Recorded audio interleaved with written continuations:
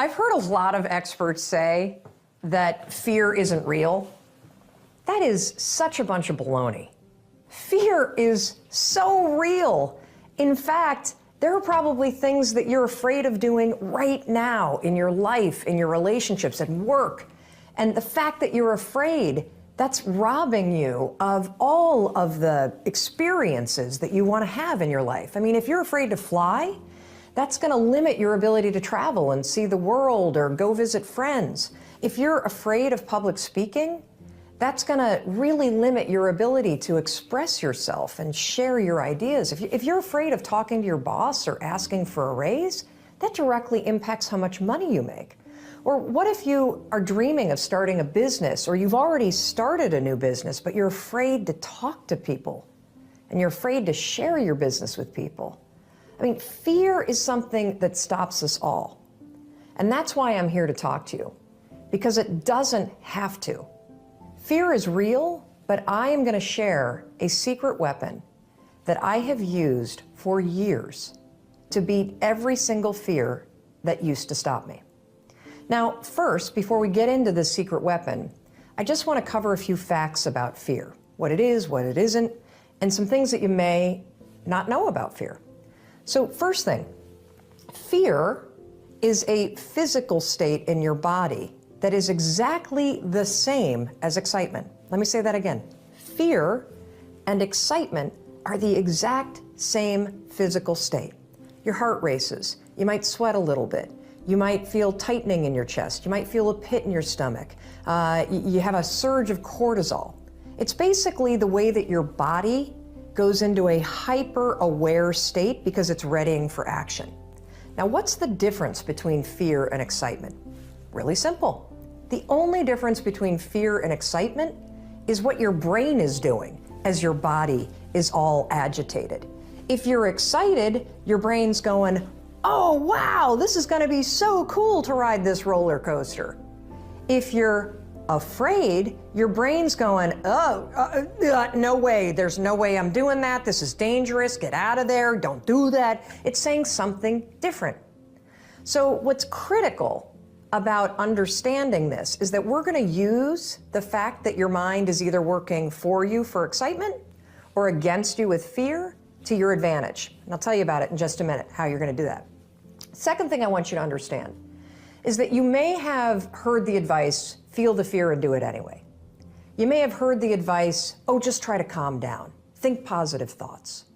It doesn't work, does it? And there's a reason why it doesn't work. So let's go back to fact number one. When you're afraid, your body's in a state of arousal and agitation, and your heart is racing, and you're all like amped up, and you're hyper aware of what's going on, and you're freaking out a little bit. What is it like when you're calm? You just kind of chill, right? You got like this low arousal state. Very, very difficult to go from a state of agitation and being all jacked up and excited and weirded out and to a kind of state. It doesn't work. It's like trying to stop a train by throwing a boulder on the tracks. It's going to make the train jump off the tracks. It's going to cause a disaster. In fact, they've proven in research that when you try to ignore your fears, it actually makes them worse. And they've also proven in research that positive thinking alone also can make your fears worse. So, what do you do? What do you do when you're about to go talk to your boss and you feel afraid? What do you do when you have to get on a plane and you're actually terrified of flying? What do you do if you got to give a presentation and you are afraid of public speaking? Here's what you're going to do. You're going to use a strategy, the same one that I use, that has helped me beat every single fear and turned me into somebody that is terrific when it comes to a high-stress situation. This is how you do it. You're going to use my 5-second rule in combination with what I call an anchor thought, and that is going to reframe what your mind is doing so that your mind goes from feeling agitation and making you afraid to reframing it from agitation to excitement. It works like magic. Now, I have used this technique for years, literally for years. And one of the ways that I want to introduce you to it is I want to take you backstage. I want to take you backstage to a speech that I delivered this year. And what you're going to see is you're going to see me behind, the major set. I'm about to walk out. You can kind of hear the crowd roaring. My introductory video is playing. My body is in a state of arousal. I am literally, my heart is racing, my arms are sweating. Like you're gonna see this. I'm gonna tell you about it. And you're gonna watch me use this same technique I'm gonna teach you to reframe my nerves into excitement.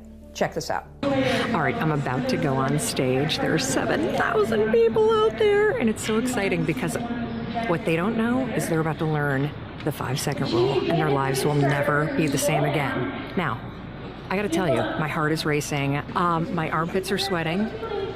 I have the exact same physiological feeling as when I'm afraid, but I'm not afraid. I'm excited. Excitement and fear is the exact same thing in your body. It's just what your brain calls it. Here's a trick that's proven by science that I use every time I speak. When I start to sweat, when I start to have butterflies, when I start to have my heart race, I say, I'm excited. I'm excited to get out there. I'm excited to talk to these people. I'm excited to share the 5-second rule. And what that does is it sends a message to my brain that tells my brain why my body's all agitated and excited. And that way, I don't feel afraid. Remember, excitement and fear, exact same thing in your body. The only difference is what your brain calls it. Go get them. Now, I want to give you one more example, just to make sure that you really get how you can use this.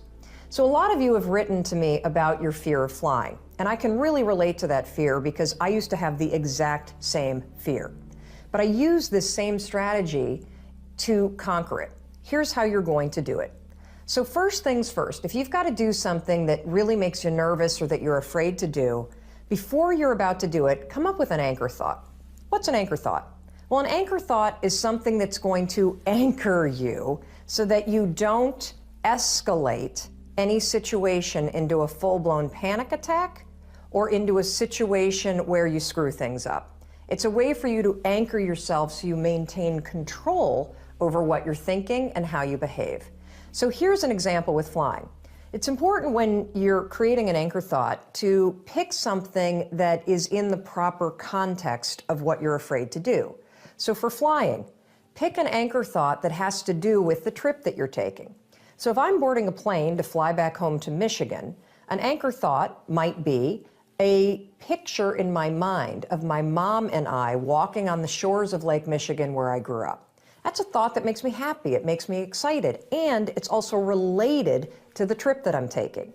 If you have a conversation that you need to have with your boss, pick an anchor thought about how you feel after having that conversation. Maybe it's you picking up the phone and calling somebody that you love and saying, oh my gosh, it went so well.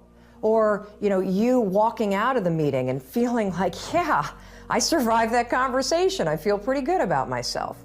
So now that you have your anchor thought, you're ready to beat the fear. What is the biggest obstacle that we face? Tiago, it's simple. It's self-doubt. It's not fear. It's not lack of money. It's not lack of supporters. It's the fact that deep down inside, you will doubt yourself at critical moments. And here's the problem with self-doubt. Self-doubt doesn't have to stop you. The problem with self-doubt is that the second that you feel a little doubtful, the second that you start to question yourself, you physically hesitate. That hesitation has become a habit that stops you. Because the moment you hesitate, it wakes up your brain starts thinking, and then you hold yourself back. You guys know I talk about the 5-second rule incessantly. It's the title of the new book that I'm writing that's coming out in 2017. The 5-second rule is a tool that battles self-doubt. Because in those moments, those tiny micro moments, when you're faced with, should I do this or should I not? Should I speak in a meeting? Should I hold back my ideas? Should I have this tough conversation or should I wait till later? The second you doubt the option of moving forward, you hesitate. Then you think, then you hold back. That's how it happens every single time. That's how you sabotage your success. That's how you rob yourself of joy. That habit of hesitating the moment that you feel doubt is killing your dreams. The single biggest obstacle in life, Tiago, is the doubt that you feel. And the single biggest mistake that you're making is that you hesitate when you feel it. If you start to use the 5-second rule in those moments to just physically move forward within 5 seconds of feeling that doubt, you'll win. What energizes you? And that we naturally have a tremendous amount of body wisdom about that. And that every one of us has an internal fuel tank that is either empty or full. And if you're empty, you feel depleted. If you're full, you feel energized. And so if you simply are in any situation, I mean any situation, and you pay attention within 5 seconds to, does this person energize me? Do they deplete me? Where are they in the scale? You just gain some tremendous wisdom.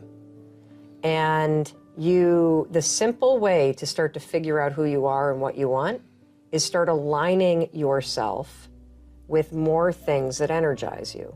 So situationally, if you're lying in bed and the snooze alarm goes, or the alarm goes off, and you feel depleted, and you start reaching for the snooze button, that's a really big sign that you need to get out of bed. Now, being depleted versus energized has nothing to do with whether or not things are hard or easy. It has to do with what naturally actually either expands you or shrinks you. And so if you look at your client list and measure it depleted versus energized, what shrinks versus expands me, you have the actual map. And when you start to find the courage to make decisions that energize you and that expand you, whether they're scary as shit or not, that's when everything changes. And so that's how I actually make business decisions. I don't even, like, the money conversation comes second. It's, does this deplete or energize me? And if it depletes me, how do you move it in that direction? Or how do I say no? If it energizes me, how do I do more? Because if you are energized or expanded by something, you will do it for no money, you will do it happily, and you will suddenly wake up and say, oh my gosh, like I'm pursuing my passion. How did that happen? A lot of you feel stuck because you're waiting for some kind of external force to either push you and pressure you to change and to be great and to be amazing, or you're waiting for somebody to give you permission. You're either sitting back because you need some sort of external motivation from somebody that's going to push you or praise you or pressure you in order to change, or some life circumstance, like maybe in your past you've experienced trauma or you faced something really scary and that was the thing that made you change. And then the second thing that people wait around for is permission. Look, those may or may not come in your life. If you are somebody that is sitting around waiting for some external force to come and do the work for you, that is such a losing bet, it's unbelievable. Maybe you'll get lucky, maybe somebody will come, but more than likely, no one is coming. The only kind of force that will truly create change in your life is you, the internal kind of force. I hate to say it, but for those of you that feel really, really stuck, and you keep thinking that somebody's got to pick me, or somebody's going to discover me, or somebody's got to give me permission to write this book, it's ridiculous. This is external versus internal force. And what you have to figure out if you're stuck is, are you the kind of person that is guilty of needing, wanting, and waiting for external forces, people, an event, some outside force to kick you in the ass so that you'll finally do the stuff that you've been dreaming about doing? I want to tell you something. No one's coming. No one. The people in life that get what they want are the ones that aren't waiting for an external force to validate their dreams, to inspire them, to give them permission. It's the people that realize that success, that happiness, that control, it comes from the internal force. And what is the internal force? It's you. It's you. It's you being able to realize that no one's going to do the work for you. It's you realizing that you're never going to feel ready. In fact, even as you start working toward the things that you really want to do, you're definitely not going to feel ready, and you're going to feel outside your comfort zone, and that's normal. When you start to feel like you're stretching yourself and you're sticking your scrawny neck out there and you're taking some risks, that's amazing because you're growing. I'm trying to become a fashion and beauty blogger and earn money from it full time, but I have some kind of mental block and procrastination problem. This is something that we see over and over and over again. And it's this idea that you don't ever start. You stay trapped in your head. And if you feel paralyzed, if you've been spinning the same ideas over and over and over again, then you know what I'm talking about. You see, many of you are thinking way too big. You're attaching way too much pressure on the things that you're interested in. Until you start blogging about fashion, you won't even know if you like it. So thinking that you have a dream about doing it and thinking that you have this grand plan that you're going to do it full time, it is a complete and utter waste of your time to be dreaming that big. And let me tell you why. Because oftentimes, if you're the kind of person like Vicky that's getting trapped up here, the bigness of what you're thinking about is what's stopping you. What I want you to do if you're in Vicky's situation is I want you to stop dreaming and I want you to just start doing small things. I want you to go back to curiosity and less into crushing your big goals. The thing about life and business and success is that you have to be willing to start. And for people that procrastinate, starting is the hardest part. For people that worry, for people that think too big, starting is the hardest part. Folks that study procrastination talk about the fact that the only way to beat procrastination is to create what they call a starting ritual, which is a way to push yourself to get started. Because all the research shows that if we can push you to get started on something, you'll likely keep going. We spend a lot of time talking about mindset from the standpoint of think positive so positive things happen. And I do believe in having a positive mindset, obviously. I think that the actions that you take are way more important in terms of developing that mindset. But we don't spend enough time on what you were just talking about, which is understanding how the automatic nature of worrying about stuff all day long, how that is making you less money, how it is making you less happy, how it is disconnecting you from your spouse, how it is keeping you unhealthy, and how it is a habit that robs you of joy and opportunity and power.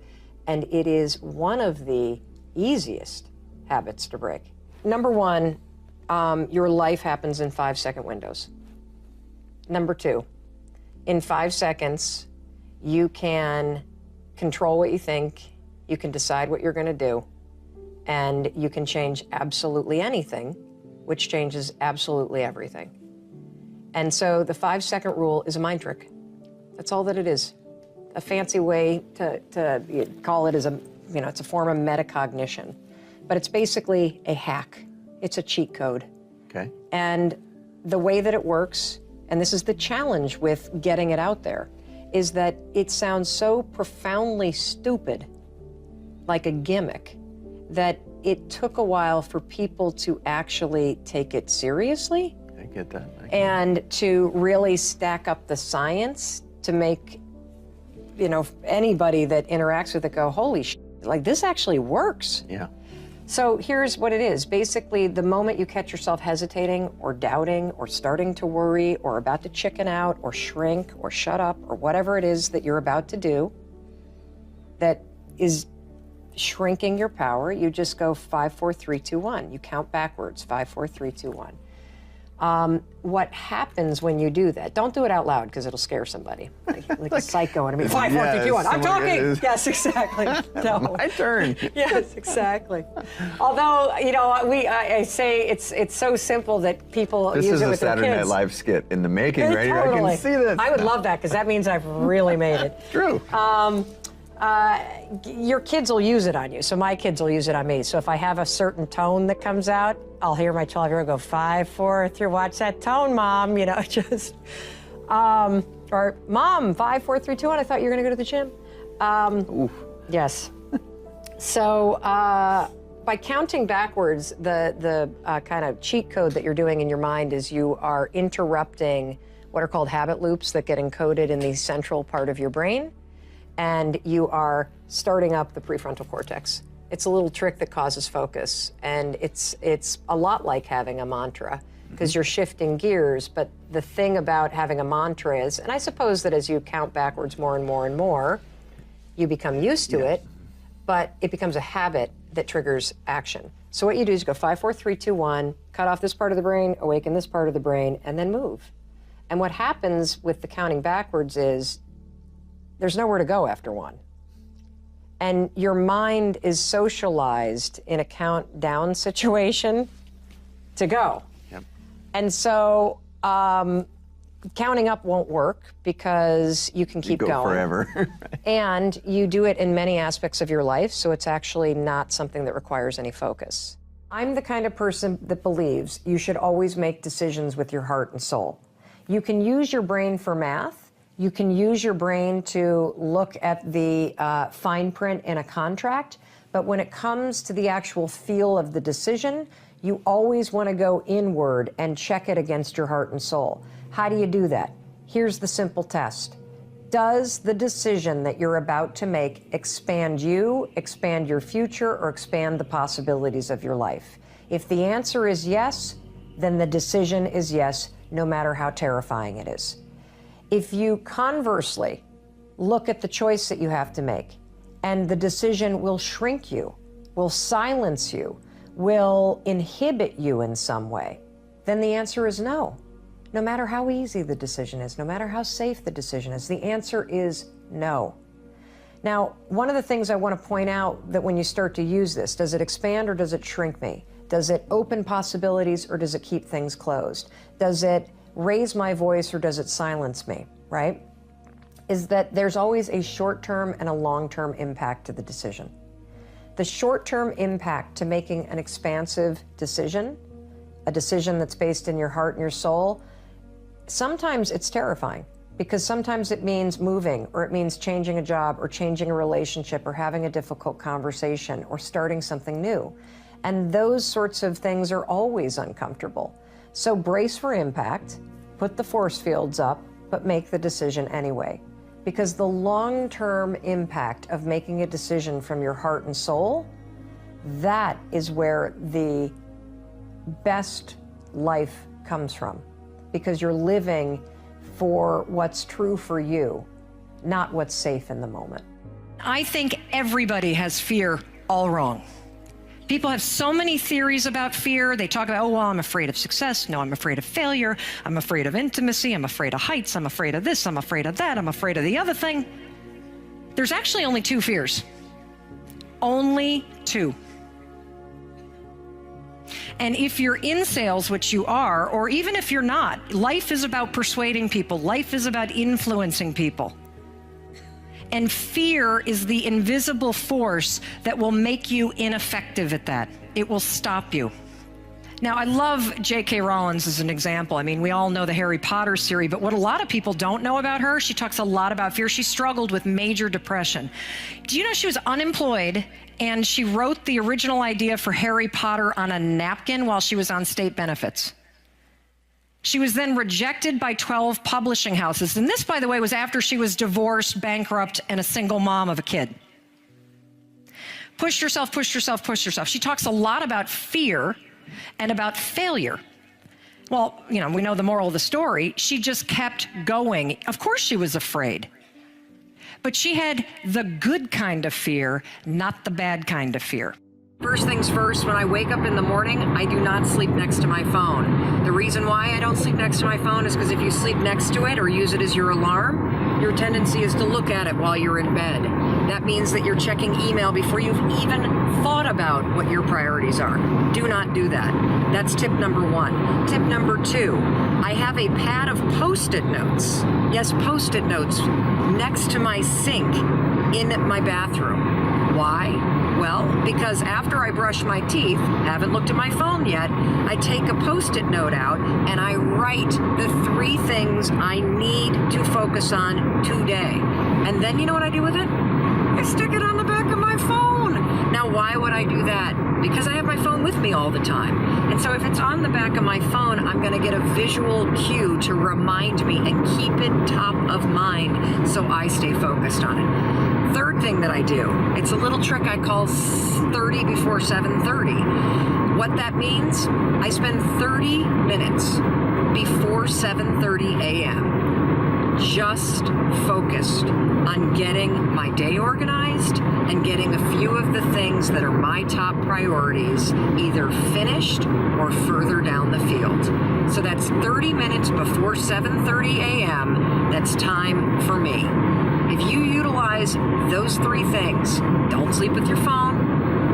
Right after you brush your teeth, write out your 3 priorities and stick it on the back of your phone just like this, and spend 30 minutes before 7:30 for yourself. I promise you, you'll be shocked at how much more focused you are and you feel. Too many of you are sitting around waiting to feel ready. You can still move forward when you're not ready. Too many of you are waiting to feel like you deserve to make 6 figures. It's about the action. Your mind, your history, your past, you will always have a million excuses not to do it, not to feel like it, not to believe in yourself. They're all The only thing that matters in your life and your business is the actions that you're taking. And the more consistently that you take action, the faster you will start to believe in yourself, because you will see proof that you are not the kind of person that sits around and feels unworthy, that you're not a victim that sits by and gets sucked into other people's stuff, that you're not that kind of person. So it won't make sense to believe it anymore, but it starts with action. I believe in all of you, and I believe in your ability to get it done. But it's going to be up to you. Who is the problem? Yeah. Who's the solution? That's right. Don't wait to feel like it. That is the biggest mistake you could possibly make. Remember that you're smart. Remember that you know what to do. And just get it done. What fascinates me about human beings, and it fascinates me about myself, is that we have such a high tolerance for suckiness. Isn't it crazy? As long as the suckiness is a routine. But the second you get thrown out of your routine, or the second that, whether it's because you lose a job, or somebody moves, or somebody dies, or somebody breaks up with you, or you break, like, all of a sudden, that awakens the courage in you to make a change. Because, you know, either you have no choice, or now you got a problem to solve. Yeah. But fighting that inertia of life is the most difficult thing in the world. I ended up getting a job with a law firm because it was the path of least resistance. In Boston. In Boston. Okay. I hated it because I went from being in the courtroom to writing briefs all day. Got it. And luckily, I got pregnant with our first daughter, who just is starting college, which makes me feel so ancient. I just want to, like, punch myself in the face that I have a 18-year-old freshman in college. Congratulations. Thank you. But I got pregnant with her, and when she was born, I had horrific postpartum depression. Wow. I mean, the really scary kind, where you can't be alone with the baby. You're on crazy meds that turn you, not the kind you take recreationally. Like, Yeah. these are the kind that, like, turn you into a zombie. And it was a really scary thing. And I when I kind of came out of the 8-week trance of that, I looked up at Chris and said, I've made a decision. And he said, okay, what would that be? And I said, I don't ever want to answer the question, what do you do for a living? With the response, I'm a lawyer. And he said, okay. You realize we've just bought this house and we have a kid and we have bills to pay. And he said, so here's the deal. You've got exactly 4 weeks before your maternity leave is over. You need to make $60,000. I don't care what you do for a living. That's your problem. Go solve it. And the night before I was supposed to, so I networked like a crazy person. Because again, if you're a human being with a problem, you'll solve it. Yeah. And so if it matters enough to you. And so I got a job, and this was the first .com boom in Boston. I got a job the night before I was supposed to go back. I've been in the media business for 10 years. When I tell you that things have changed 1,000%, let me just give you an example. My first media deal, I was signed by ABC. That's right, ABC, the big dog. Crazy syndicated shows. I was signed by them to do a talk show deal. Now, do you know what that meant? There was some executive that was looking out over the sea of talent. They were meeting with agents. They were picking people. They were doubting you. And then guess what? If they did pick you, they owned everything. They told you what to do. Oprah's an anomaly. The game was gatekeepers, a few media players, a sea of competition, total scarcity. Now, what is it today? Holy it's unbelievable. If you have an iPhone, you can have a show. If you have an idea and you're willing to put it out there and you're willing to start sharing yourself on social media, you have a syndication platform. There is no one doubting you except for you. And that's why I'm sitting here imploring you. I'm telling you right now, if you have a business, if you have aspirations, if you have a dream, the single biggest opportunity in front of you is to put it out on social media, to start talking about the things that interest you, to start sharing your ideas, sharing and documenting what you're up to. I guarantee you, you start doing that and you're going to start amassing an audience that you had no idea was out there dying to connect with you, to learn from you, and to grow with you. Gave a speech yesterday in Dallas. After the speech, it was a big audience of people in financial services. A guy dressed to the nines in like one of these super slick suits comes up to me. He says, "Hey Mel, really love the 5-second rule. Do you mind if I give you some feedback?" Feedback? Don't you hate getting feedback? And then when people actually preface it by saying, "Can I give you some feedback?" I don't know about you, but literally my butt's like, it just cannot stand it. I immediately go on edge. But here's the thing about feedback. You have to take it. You have to take it. It is critical. Critical, critical, critical. So I want to tell you, number one, what the guy said to me, my reaction, and then I want to give you my philosophy about feedback. Because what the guy said to me was so valuable, and it was also really hard for me to hear. Here I am after the speech. We're surrounded by a big group of people. He walks up to me and says, when it's his turn in the line, "Can I give you some feedback?" I immediately tense up, and this is what he says. "Mel, I love the concept of the 5-second rule. Super cool idea, can't wait to try it." Okay, now comes the punch in the gut. He said, "You called it stupid so many times during the speech, it was off-putting." Doesn't that sound terrible, that word? And he said, "I could tell that you were doing it on purpose." He's right. In fact, you called it stupid so many times, and yet you have these insanely powerful examples of how people are using it.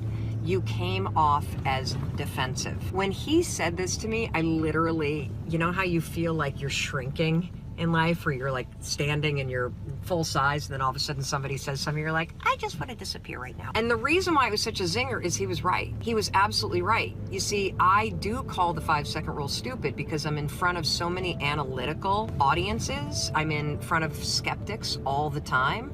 And so I use it as a preemptive way to disappear the biggest pushback on the 5-second rule, which is on its face. It sounds so stupid and so simple. There's no way it could be so powerful. The problem is I've gotten lazy and I say it too much. He's 100% right. And by hearing that feedback, I can make a really simple tweak to my speech. I can call it stupid once or twice in the very beginning, and then I can transition to calling it something that's very simple and powerful. Now that's going to help me reach more people with the 5-second rule. And here's what I want to say about feedback. Feedback is intense to receive. It really is. Because you are exposing yourself to critical opinions. It will make you feel very vulnerable. The way that I handle feedback and process it, I'm very clear about the things that I will receive feedback on, and I'm very clear about the things that I will not receive feedback on. And the reason why is, if you don't listen to any feedback at all, guys, you're never going to improve. You're not going to ever do anything new. So no feedback means nothing new. If you listen to everything that everybody says in terms of feedback, if you allow everybody to weigh in on everything, it's going to become so paralyzing that you will do nothing new. So the key with feedback is knowing yourself and knowing what you actually accept feedback on and knowing what you don't accept feedback on. So many of us have this perfectionism gene, and the reason why we're perfectionists is we're trying to insulate ourselves from criticism.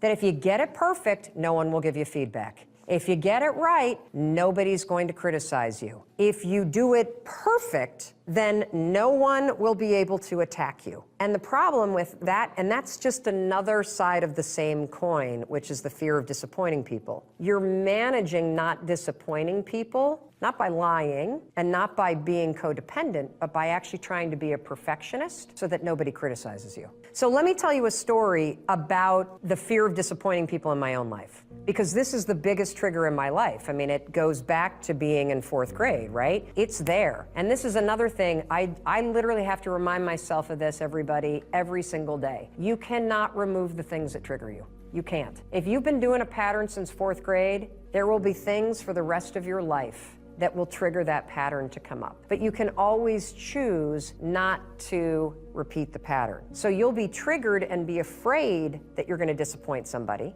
That's real, that's normal, it's natural, it's part of being a human being. I think it's interwoven into every relationship where you love somebody. But you don't have to behave the way that you always behaved when you're nervous about disappointing somebody. So let me give you a dumb story. You ready? When my husband and I got married, my father gave us this really incredible gift. He gave us an antique pool table. I grew up in Muskegon, Michigan, where Brunswick was founded. And my dad has a hobby of going to garage sales and estate sales and buying old, dilapidated pool tables, and then he restores them. So when Chris and I got married, he bought us an old, dilapidated pool table from the same era as our house, which is the 1870s. He restored the whole thing, and then recently he and I rented a U-Haul, and we drove this sucker from Muskegon, Michigan to Boston, Massachusetts. My dad and I took a road trip. Get there, and we assemble the pool table in what used to be our playroom. Fast forward 3 or 4 years, the speaking business takes off, my business starts to grow, we have people that work for us, and my kids are older. We don't need a playroom, we need an office. The pool table is in the middle of this thing. For the first 2 years of having the office, we kept the pool table there. Why? Because I didn't want my dad to be disappointed, because I love him. Now, he visits our house twice a year for 2 or 3 days with my mom. And I kept this thing occupying a third of our office for 2 years. And then I realized I'm being ridiculous. I'm being absolutely ridiculous. Now here's the thing. Will he be disappointed if I take the pool table down? Absolutely, definitely. There are always going to be things that you do, decisions that you have to make in your life, in your business, for your family, that will disappoint other people. It's unavoidable. But the fact that he's going to be disappointed should never be the reason that I don't do something that is aligned with my values.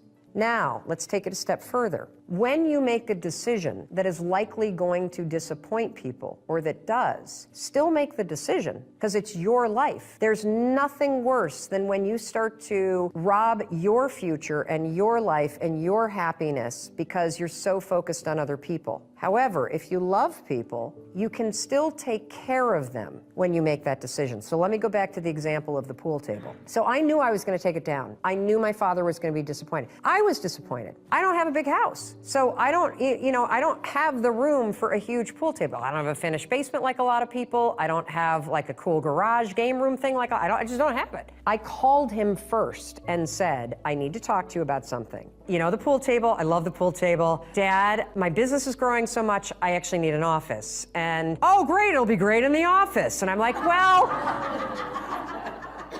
yeah, it would, except I have, 3 or 4 people showing up, and we got to put some desks in there for now. Even went down, well, you could put a piece of plywood, and they could work on the pool table, and then they could do the thing, and then the thing. And now my heart is racing because I don't want to disappoint my dad, and now he's fighting for and I had to just say, for me, Dad, here's what's going to happen. I'm going to hire professional movers in the pool table business to disassemble this with love and care. We're going to store it beautifully. When I either get a full-time office off-site, or I build a barn, or I build a different house, this will have its own beautiful room dedicated to you. So we had this beautiful conversation. Now, was he disappointed? Absolutely. When they come to the house and visit, which they just did, and they walk into the office, do I feel a pang? You better believe I do. It doesn't matter. That's all normal. I still need to make the decisions that I need to make. And the difference, what's changed, is how I relate to that fear. So instead of what I would do in the past is I would make a decision that doesn't serve me, I'd leave the pool table, and then I'd be all about it. I'd leave the pool table as a way to make my dad happy, but it makes me miserable to leave it there because I need the space, right? And then I'd be kind of annoyed, and then he'd come and I'd fake play pool because I kind of want to, you know what I'm saying? Like, we do all this that's not real. And what I've been able to do for myself in some instances when I catch it is to hit it head on and to be authentic and to still take care of people. And what I've also come to learn is that people can be disappointed in you and they still love you. You know, you're never gonna get around this. Everybody in your family is gonna be disappointed with you, probably once a day, probably. And you have the ability to retrain how you respond to that trigger that rises up in you where you start to fear that you're disappointing somebody. And the answer really is make the decision that's aligned with your values and the thing that supports you, and then take care of the person by being honest and straightforward about it, dealing with their disappointment head on, because that's really the adult thing to do, and that's what you do when you love somebody. The way we've all been handling it, myself included, is manipulation, lying, resentment, withholding, and that doesn't serve anybody. My life changed a couple years ago when I discovered something called the progress principle. It is a principle that was written about in the Harvard Business Review. It's based on a tremendous amount of research done by a professor over there, and what she determined is that people that feel happy and successful and fulfilled by their lives and work, they all have one thing in common. They feel as though they're making progress on something that matters. So I read this little bit of research and I started applying it to my life. And what I do, as stupid as this sounds, it really works. I don't focus on balancing everything. I focus on just making sure that I make progress on one thing a day. That's right, you heard me. One thing a day that matters to me. Now, if I can make progress on one thing a day that matters to me, then I can let go and let the rest of my day get hijacked by kids, by spouse, by phone calls, by emails, by social media, by all kinds of things that come up and tend to hijack your day when you're a busy person, when you have a family, when you're married, when you got a lot going on. And so by focusing on one thing a day, I feel the sense of control and the sense of progress that science tells us will make you happy and make you feel more confident and actually make you more effective at getting things done. It also frees me up to be more present with my kids.